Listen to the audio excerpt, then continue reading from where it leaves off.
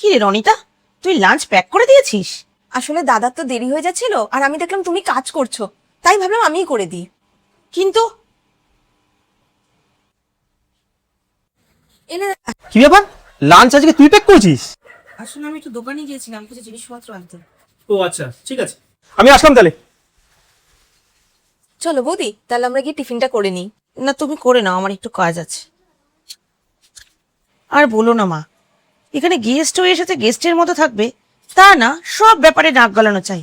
মাঝে মাঝে এত বিরক্ত লাগে না, কি বলবো আর।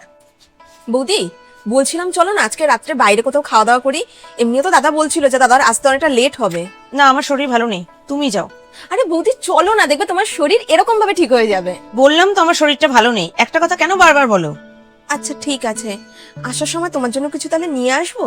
না একবার বললাম তো, কিছু লাগবে না, যাও এখান থেকে। কি গো, তোমার শরীর টরীর খারাপ নাকি? তোমাকে কে বললো? রনিতা আমাকে ফোন করেছিল, ও বলল। কেন, রনিতা কি ডাক্তার নাকি? না, তুমি এভাবে কেন বলছো? আমি ঠিক আছি, তুমি ফোনটা রাখো। আরে এত বিরক্ত হচ্ছ কেন? তো আর কি বলবো, ভালো লাগছে না একদম। আরে তোমার যে শরীরটা খারাপ, তুমি আমাকে একবার জানাতে পারতে। আমি ঠিক আছি বলছি তো, কোনো শরীর টরীর খারাপ নেই আমার। আচ্ছা ঠিক আছে, আমি কি আসার সময় ওষুধ নিয়ে আসবো?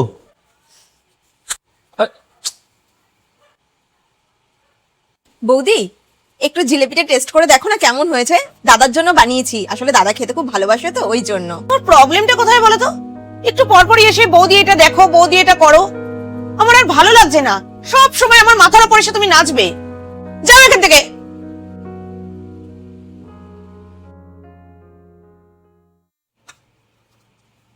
চলে এসছো তুমি? হ্যাঁ এই তো এলাম।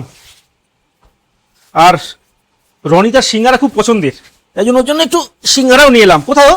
রনিতা, এই রনিতা, কোথায় গেল, কোথায় রনিতা? এই দেখো ওই ফোন করছে। হ্যাঁ দাদা, হ্যাঁ রে রনিতা, কোথায় তুই? আমি তো ঘরে রয়েছি। ঘরে তো আমিও আছি, তুই কোন ঘরে আছিস? আমি তো শ্বশুর বাড়িতে চলে এসেছি। আসলে শাশুড়ি মার শরীরটা তো খুব একটা বিশেষ ভালো নেই, সেই জন্য। ও, তো তুই আমাকে তো কিছু বললি না। হ্যাঁ আমি বৌদিকে তো বলে এসেছি যে আমার একটু আর্জেন্ট কাজ আছে, তাই আমি চলে যাচ্ছি।